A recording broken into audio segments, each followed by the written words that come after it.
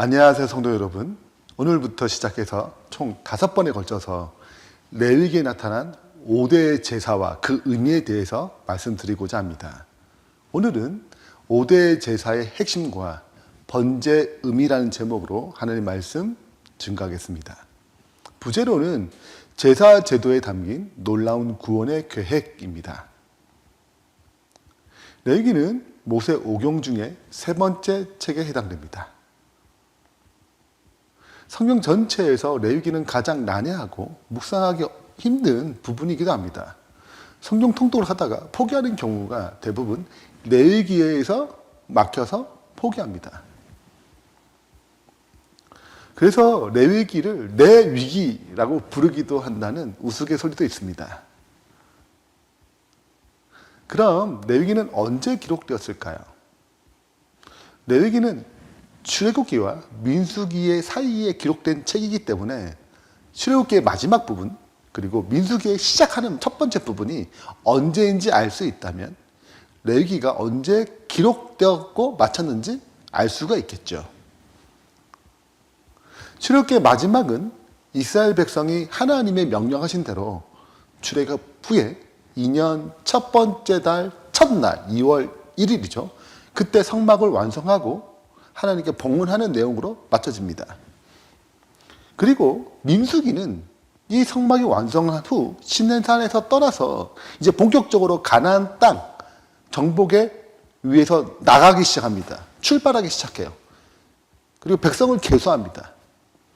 이렇게 민수기의 시작은 출애굽한 지 2년 두 번째 달 1일에 시작합니다. 그래서 출애굽기와 민수기 사이에 있는 레위기는 출애굽기 마지막 장면 그리고 민수기의 첫 번째 부분 성막을 완공하고 2월 1일 2년 1월 1일이죠. 그리고 가나안 출발하기 위한 민수기의 시작점 2월 1일 그 사이에 기록되었기 때문에 약 30일 동안 레위기는 기록된 책이라고 말할 수 있습니다. 그렇다면 레위기의 핵심은 무엇일까요? 그것은 바로 거룩입니다. 레위기에는 65번이라는 거룩이라는 단어가 나오며 성경 66권 중에 거룩이라는 단어를 가장 많이 사용한 책이기도 합니다. 레위기 11장 46절에 이렇게 기록하고 있습니다. 나는 너희의 하나님이 되려고 너희를 애굽 땅에서 인도하여 낸 여호와로라. 내가 거룩하니 너희도 거룩할지어다. 내가 거룩하니 너희도 거룩하라고 말씀합니다. 거룩하신 하나님께서 죄인된 우리를 그대로 두지 않고 그분의 거룩으로 초청하는 것입니다. 그래서 레위기는 죄인된 우리가 어떻게 죄에서 벗어나서 하나님의 자녀가 되고 그렇게 구별되고 거룩하게 되어서 또한 하나님의 자녀로서 세상에 있지만 세상에 속하지 않은 거룩한 삶을 살 수 있는지 그 비결이 담겨 있는 책이 바로 레위기인 것입니다. 그래서 그 핵심은 바로 거룩해 하시는 하나님 그리스도입니다. 그렇기 때문에 레위기의 거룩이라는 흐름을 잘 따라가려면 제일 첫 번째 하나님이 거하시는 것 그 성소로부터 거룩이 시작됩니다. 왜냐하면 참된 거룩은 하나님으로부터 흘러나오기 때문에 그렇습니다. 그 다음은 제사장에게 그 다음 개인의 삶으로 이 구원이 이 거룩이 흘러가는 것입니다. 이러한 관점에서 레위기 구조를 정리하면 다음과 같습니다. 레위기 가장 첫 번째 부분 1장과 7장 그리고 마지막 부분인 23장과 27장까지 거룩의 중요한 부분인 성소와 관련된 의식적인 규례, 제사 이런 부분이 나와 있습니다. 어떻게 우리가 거룩하게 되는지 가장 중요한 근본적인 방법들이 기록되어 있어요. 두 번째 부분은 8장부터 10장 그리고 21장에서 22장 여기는 제사장의 위임칙이 등장하고 또 제사장으로서 나답과 아비후가 잘못된 불을 들여서 다른 불을 들여서 하나님께 심판받는 내용들, 그리고 제사장이 지켜야 할 규례들이 나옵니다. 그래서 제사장은 어떻게 거룩하게 되는가를 보여줍니다. 세 번째 부분은 개인의 삶 속에서 이어지는 거룩에 대한 내용입니다. 그것이 11장부터 15장, 그리고 17장에서 20장까지입니다. 마지막으로 레위기 16장은 레위기의 핵심으로 속죄 일에 대한, 대속죄 일에 대한 설명이 기록되어 있습니다. 성소와 제사장과 개인이 어떻게 그 거룩을 완성해 나가는지, 그 거룩의 절정을 보여주는 것이 대속죄 일입니다. 이제 레위기의 가장 첫 번째 부분인 제사 제도에 대해서 알아보겠습니다.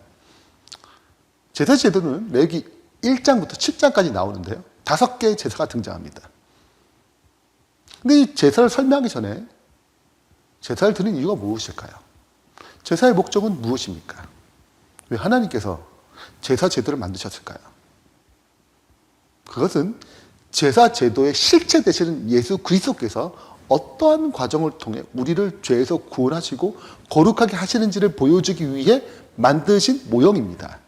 예표인 거죠. 에베소서 5장 2절입니다. 그리스도께서 너희를 사랑하신 것 같이 너희도 사랑 가운데 행하라. 그는 우리를 위하여 자신을 버리사 향기로운 제물과 희생 제물로 하나님께 드리셨느니라.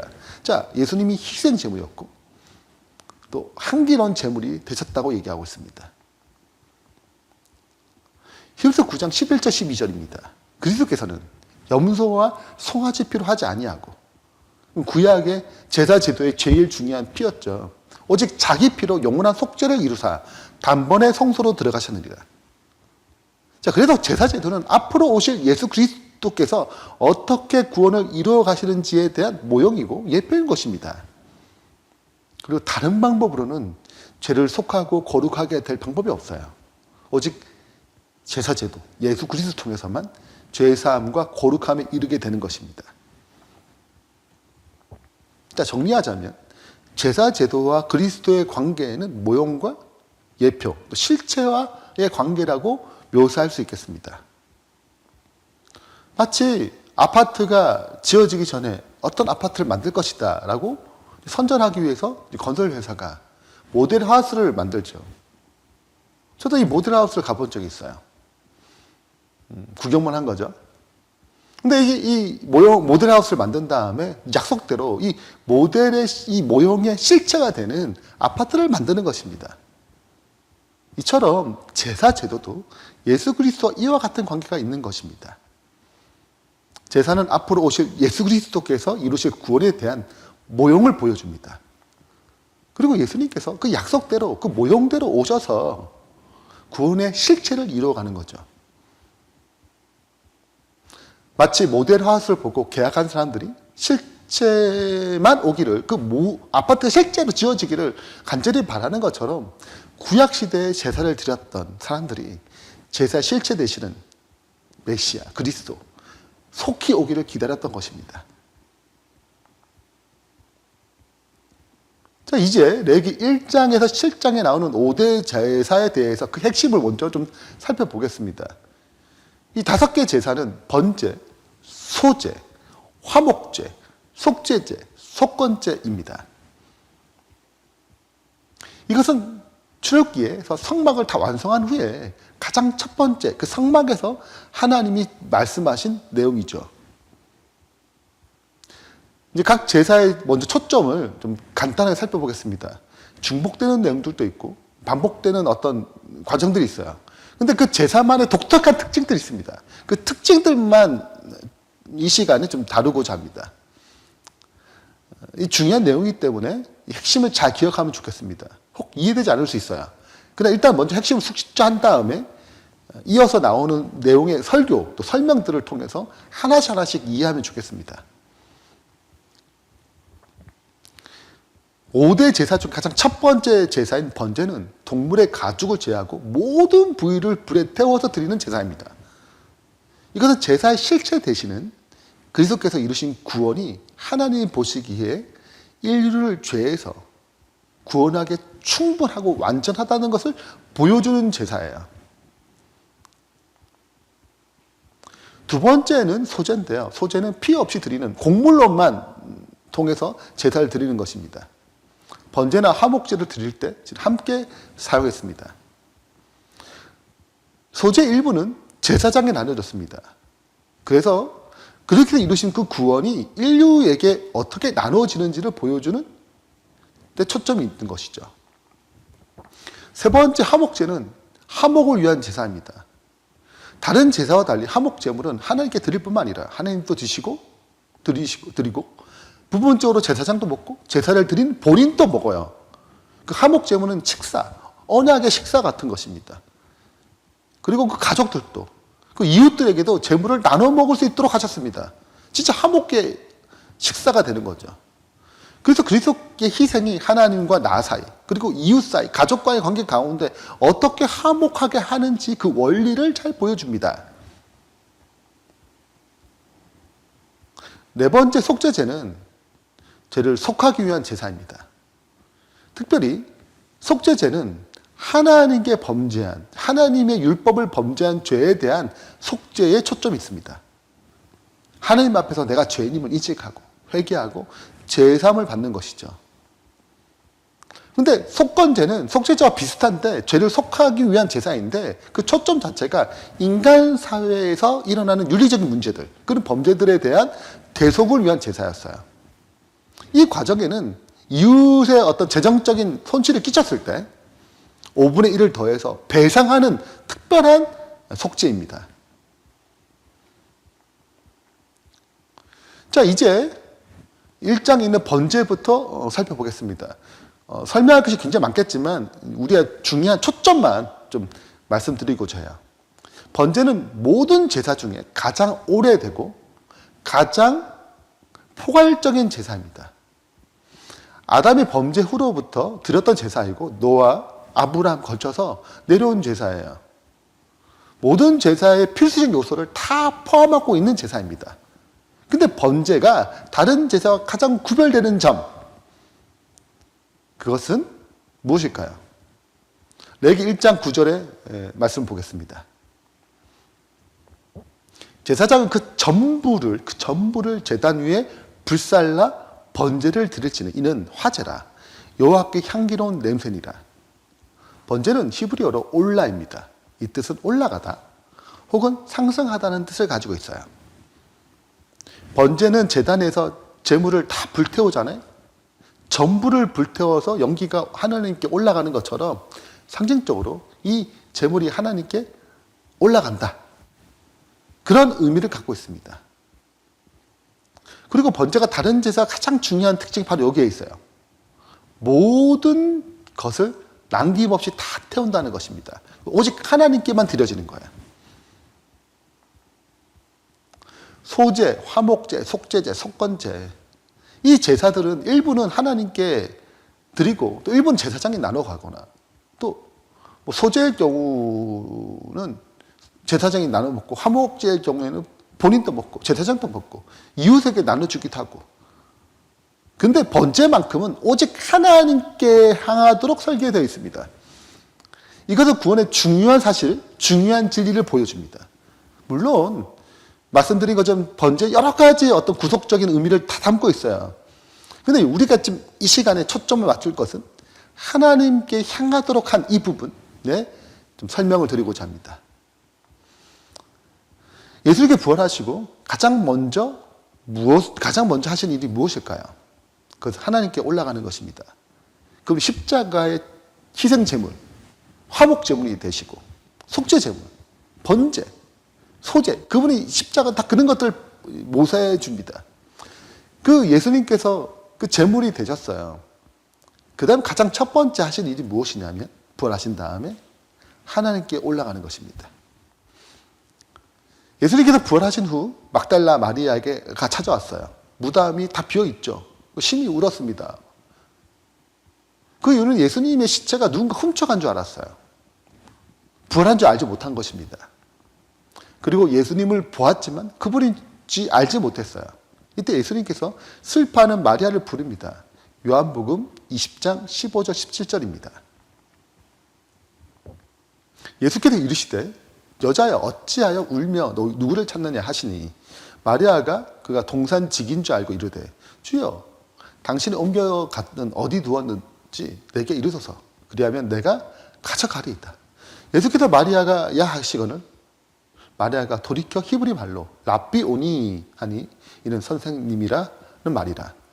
예수께서 이르시되 나를 붙들지 말라 내가 아직 아버지께로 올라가지 아니하노라. 이게 굉장히 중요한 말이에요.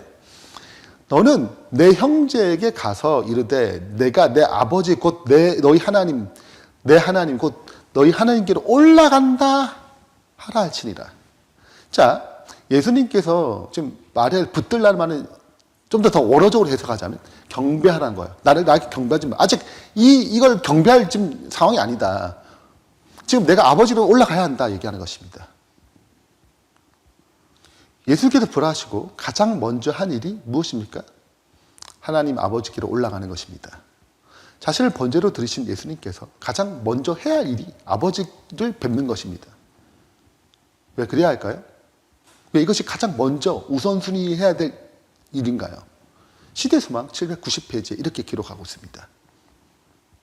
예수님께서는 부활하신 후 곧 바로 하늘 궁중에 올라가 하나님으로부터 사람의 죄에 대한 당신의 속죄는 충분하였고 당신의 피로 모든 사람이 영생을 얻을 수 있다는 보증을 말씀을 친히 들으셔야 했다. 정리하자면 하나님께 올라간 이유가 무엇입니까? 예수님께서 하늘 아버지로 올라가신 이유는 십자가 흘리신 그 번제 제물이 그 십자가의 그 제사가 그 보혈이 얼마나 가치가 있는지를 인정받는 것입니다. 온 인류를 구원하기에 충분한 사실을 아버지께 들으셨고 확인받으셔야 하셨어요. 그리고 이렇게 확인된 증거를 가지고 다시 이 세상에 내려오는 것입니다. 이것을 질문으로 좀 설명하자면 하나님의 평가를 가장 먼저 받는 중요한 이유는 무엇입니까? 라고 할 수 있어요. 지금 하나님 아버지께 평가받으러 간 거예요. 이 십자가가 다 이루었지.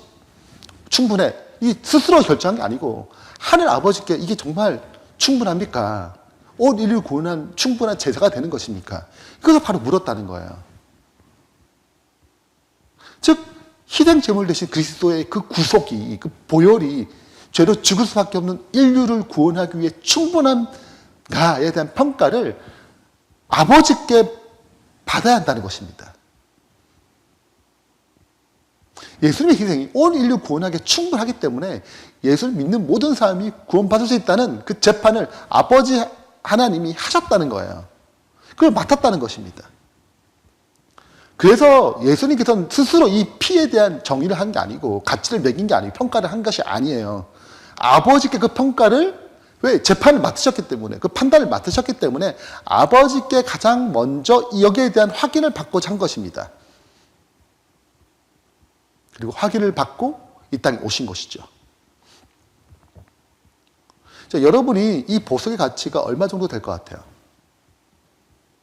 이거 진짜일까요? 진짜 보석일까요? 이런 보석이 있을까요? 일반 사람은 알 수가 없어요. 이게 진짜인지 가짜인지 구별하지 못할 것입니다. 저도 몰라요. 이것은 가장 희귀한 다이아몬드 중 하나인 블루 다이아몬드라고 합니다. 얼마 정도 될까요? 537억이라고 합니다. 자, 이러한 평가는 일반인들이 할 수가 없어요. 검증할 수도 없어요. 능력이 안 되잖아요. 자격도 없어요. 검증되고 자격이 있는, 능력이 있는 전문가들의 철저한 근거에 의해서 가격이 매겨지고 판매되는 것입니다. 예수님의 보혈의 가치, 인간이 평가할 수 없어요. 이것을 판단할 자격과 능력을 갖추지 못했기 때문에 그렇습니다.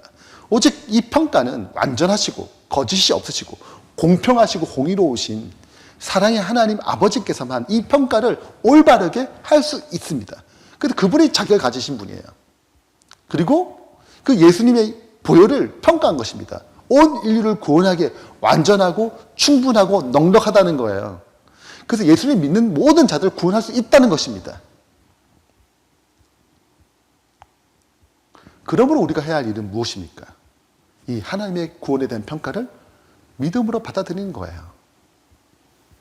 우리는 평가하는 자가 아닙니다. 하나님이 만족하시고 충분하시다는 것을 우리는 받아들이기만 하면 되는 것입니다. 우리는 예수님의 희생이 나를 구원하기에 넉넉할까? 충분할까? 부족하지 않을까? 이러한 평가를 할 수가 없어요. 자격이 없거든요. 우리는 단순하게 하나님이 하신 그 구원의 평가를 받아들이기만 하면 되는 것입니다. 마치 보석 감정사를 찾아가서 이 보석이 얼마예요? 진짜예요? 가짜예요?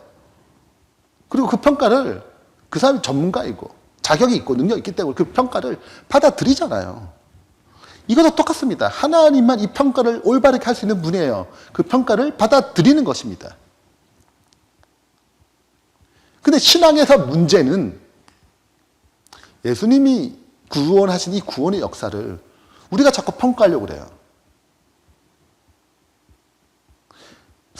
성령님께서 우리의 양심이 이제 각성하게 되면, 각성시키게 되면, 또 우리는 죄의식을 느끼게 되고, 죄책감을 갖게 돼요. 때로 이게 너무 커집니다. 그래서 예수님이 흘린 보혈의 그 진가를 보지 못할 때가 있어요. 우리의 어떤 특정한 죄는 지속적으로 계속 반복을 해요. 또 지속적으로 마음을 괴롭힙니다. 그래서 이런 생각이 들어요. 이런 죄도 용서받을 수 있을까? 염려가 됩니다. 나 같은 사람을 용서받을 수 있을까? 구원받을 수 있을까? 이런 염려가 돼요. 그래서 우리의 죄가 그리스도의 보혈보다 더 크게 보일 때가 있습니다. 마치 용서 못 받을 것 같은 느낌을 받을 때가 있어요. 우리의 잘못은 이렇게 그리스도의 보혈의 가치를 우리 스스로 평가하려는 데 있습니다. 또는 우리는 주관적인 어떤 생각이나 느낌으로 보혈의 가치를 평가하려고 또 판단하려고 할 때가 있어요. 어떤 느낌이 오면 나 용서받았구나. 뭐 어떤 감동받아서 눈물 흘리고 그러면 나 용서받았어. 또 그런 느낌이 오지 않잖아요. 용서받지 못한다고도 생각하는 것입니다.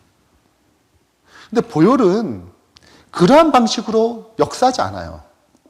하나님께서 흠양하셨고 하나님께서 예수님의 보혈이 우리를 구원하기에 충분히 넉넉하다고 평가하셨는데, 근데 이러한 사실을 진실로 그냥 받아들이면 되는데 우리가 자꾸 여기에 대한 느낌, 또 감정적인 어떤 그 움직임, 여기에 매달릴 때가 있는 것입니다.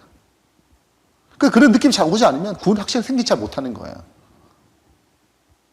너 구원받았어? 할 때 내가 구원받지 못할 것 같은 어떤 느낌이 오는 것입니다. 뭐 내 생애를 보든 나의 어떤 삶을 돌아보든 안 생겨요. 이런 나를 구원하기에 넉넉한 보혈을 준비해 하셨는데 이 평가를 받아들이지 못하는 것입니다.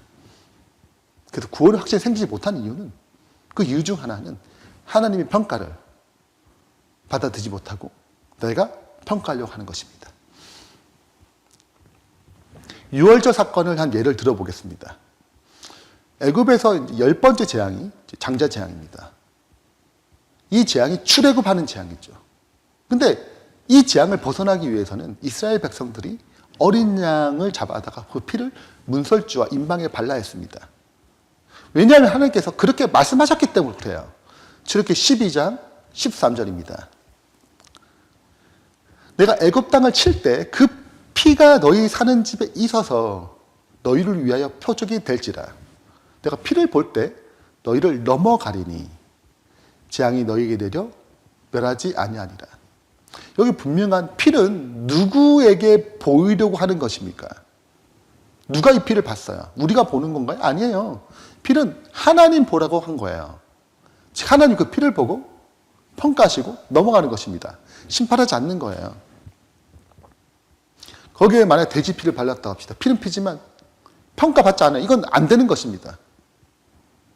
양의 피, 그 조건에 맞는 피를 보시고 넘어가는 거예요. 심판하지 않는 것입니다. 우리가 할 일은 하나님의 평가를 말씀 그대로 믿는 거예요. 그 피를 그래 바르는 것입니다. 그런데 한번 생각해 보세요. 한 장자가 이렇게 아버지께 얘기한다고 해봅시다. 열심히 이 피를 바르는 아버지께, 아빠, 양의 피를 바른다고 뭐 내가 살 수 있을까? 아마 죽지 않을까? 피가 무슨 효과가 있을까? 정말 나를 살릴 만한 힘이 있어? 이렇게 자꾸 의심하고 말한다고 생각해 보세요. 문제가 뭡니까? 자꾸 내가 그 피를 평가하려고 하는 데 있습니다. 하나님께서 피를 바르면 심판을 피할 수 있다고 말씀하셨는데 그것을 의심하고 자꾸 내가 그 피해에 대해서 평가하고 또 그것을 재단하려고 하는 것입니다. 이런 상태에서는 구원의 확신을 가질 수 없어요. 내적 평안을, 죄로부터 벗어나 자유를 누릴 수 없습니다. 정리해 보겠습니다. 유월절 양의 피는, 즉 예수님의 보혈은 하나님을 보이기, 하나님을 보시기 위함입니다. 하나님이 평가하시기 때문에요. 하나님이 그 피를 보고 심판하지 않고 넘어가시는 것입니다. 그 피만으로 충분하다고 하십니다. 우리 할 일은 그 하나님 평가를 받아들이는 거예요. 구원의 확신은 바로 여기서 출발합니다. 하나님의 평가를 받아들임으로써 발생하는 것입니다. 아직도 구원을 내가 평가하려고 하지 않나요? 예수를 믿긴 믿지만 그럼에도 불구하고 내가 구원받을 수 있을까? 나 같은 사람이? 예수님 믿는 것도 정말 충분할까? 이렇게 부족하고 죄 많은 사람인데 과연 구원받을 수 있을까? 나 또 죄를 지었는데 무슨 염치로 하나님께 용서를 구할까? 또는 뭔가 더 필요하지 않나? 내가 좀 말씀 듣고 기도하고 이렇게 성실하게 구제도 하고 헌금 생활도 잘 해가지고 그렇게 해야지 구원받지 않을까? 이렇게 해야지 하나님께 나를 받아주지 않을까? 이 모든 생각은 자기의 의를 가지고 하나님께 나아가려고 하는 것입니다. 행함으로 구원을 받으려고 하는 것입니다. 믿음만은 부족하고 나 선행을 좀 어떻게 해서 그걸 근거로 구원을 받으려고 그래요. 행위는 구원의 근거가 아닙니다. 구원의 근거는 오직 피로 예수님의 구원하심으로 충분한 것입니다. 행위는 구원의 근거가 아니고 구원의 열매입니다. 우리가 이렇게 올바른 생각하게 될 때 우리는 구원의 자유함, 구원을 통해서 우리에게 주시는 평안 누릴 수 있는 것입니다. 만약 우리가 자꾸 내가 무엇인가 해서 구원받으려는 걸 생각한다면 너 구원받았어 했을 때 내가 좀 어떻게 살아야지 구원받나? 내가 좀 착하게 살면 구원받을 수 있지 않을까? 이렇게 생각한다면 하나님이 이루신 구원, 하나님의 평가를 무시하는 행위입니다. 구원은 예수님으로 충분하게, 예수님의 보혈로 충분하기 때문에 그렇습니다. 그래서 우리는 그분의 평가를 받아들여야 돼요. 때때로 우리가 죄에 넘어져서 사탄이 찾아옵니다. 우리에게 속삭여요. 너 같은 놈이 구원받겠어? 너 같은 사람이 구원받을 수 있을까? 또 넘어질 것이면서 이렇게 막 우리를 마음 흔듭니다. 죄책감을 막 줘요. 그게 유혹합니다. 그때 나같이 연약한 죄인을 구원하러 예수님이 오셨어. 난 내 행위로 구원받지 않고 예수님의 보혈로 구원받기에 충분해. 그리고 회개하고 주님 앞에 나아가면 주님 말씀하십니다. 그 피로 넉넉하다고. 그 사랑에 의해서 우리의 삶이 바뀌는 것이죠. 그래서 우리는 하나님의 평가를 받아들여야 합니다. 이제 결론을 맺겠습니다. 5대 제사의 핵심과 번제의 의미에 대해서 살펴봤습니다. 꼭 기억할 두 가지 교훈을 정리해 보겠습니다. 첫 번째는 제사 제도의 실제이신 그리스도를 통해서만 죄인이 구원받을 수 있다는 거예요. 죄인이 제사함 받을 수 있다는 것입니다. 죄인이 거룩하게 될 수 있어요. 예수님 외에 다른 것으로는 구원받을 수 있는 길이 없습니다. 그러므로 구원받은 모든 사람은 오직 예수님의 은혜로 구원받습니다. 두 번째는 번제가 오직 하나님께만 향하도록 설계되었다는 것입니다. 이것은 구원에 대한 중요한 진리를 보여줍니다. 즉 예수님의 보혈의 가치는 우리가 평가하는 것이 아니고 하나님의 평가로 결정되어지고, 그러므로 그리스도의 보혈로 덮을 수 없는 큰 죄는 결코 없다는 것을 알게 해줍니다. 어떤 죄라도 우리를 능히 구원하시는 피예요. 이것이 하나님의 평가예요.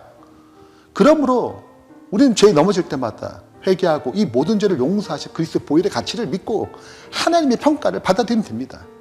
그러면 하늘의 평안, 죄사함의 자유함, 그분의 은혜를 누리게 되는 것입니다. 말씀 정리하면서 이 번제의 의미가 우리 삶 가운데 찾아와서 구원의 확신으로 마음의 평안을 가지고 그 사랑에 의해서 구원의 열매를 맺는 주님의 신실한 백성 되길 바라면서 말씀 마치겠습니다. 기도하겠습니다. 하늘에 계신 하나님 아버지, 우리에게 제사 제도를 통하여 예수님께 이루신 그 십자가의 보혈과 그 구원의 가치가 얼마나 큰 것인지, 어떤 의미를 가졌는지 깨닫게 해주셔서 감사합니다. 오직 구원은 주님께 있습니다. 다른 것을 의지하지 않게 해주시고, 구원의 확신이 나의 평가에 의해서 결정되는 것이 아니라 오직 하나님 아버지의 평가를 믿음으로 죄사함을 누리고 구원의 감격을 누리고 구원의 기쁨을 누리고 죄에서 자유케 되는 축복이 임하도록 도와주시옵소서. 예수 그리스도 이름으로 축원하며 기도합니다. 아멘.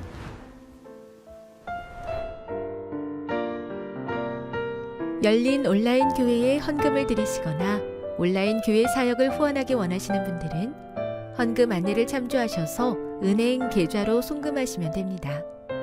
미주에 계신 분들은 어드벤티스트 기빙 웹사이트를 이용해서 헌금을 보내주시면 됩니다. 자세한 헌금 안내는 열린 온라인 교회 홈페이지를 참조하시거나 유튜브 영상 밑에 있는 자세한 설명을 참조하시면 됩니다. 예배에 참석해 주신 여러분께 진심으로 감사드립니다.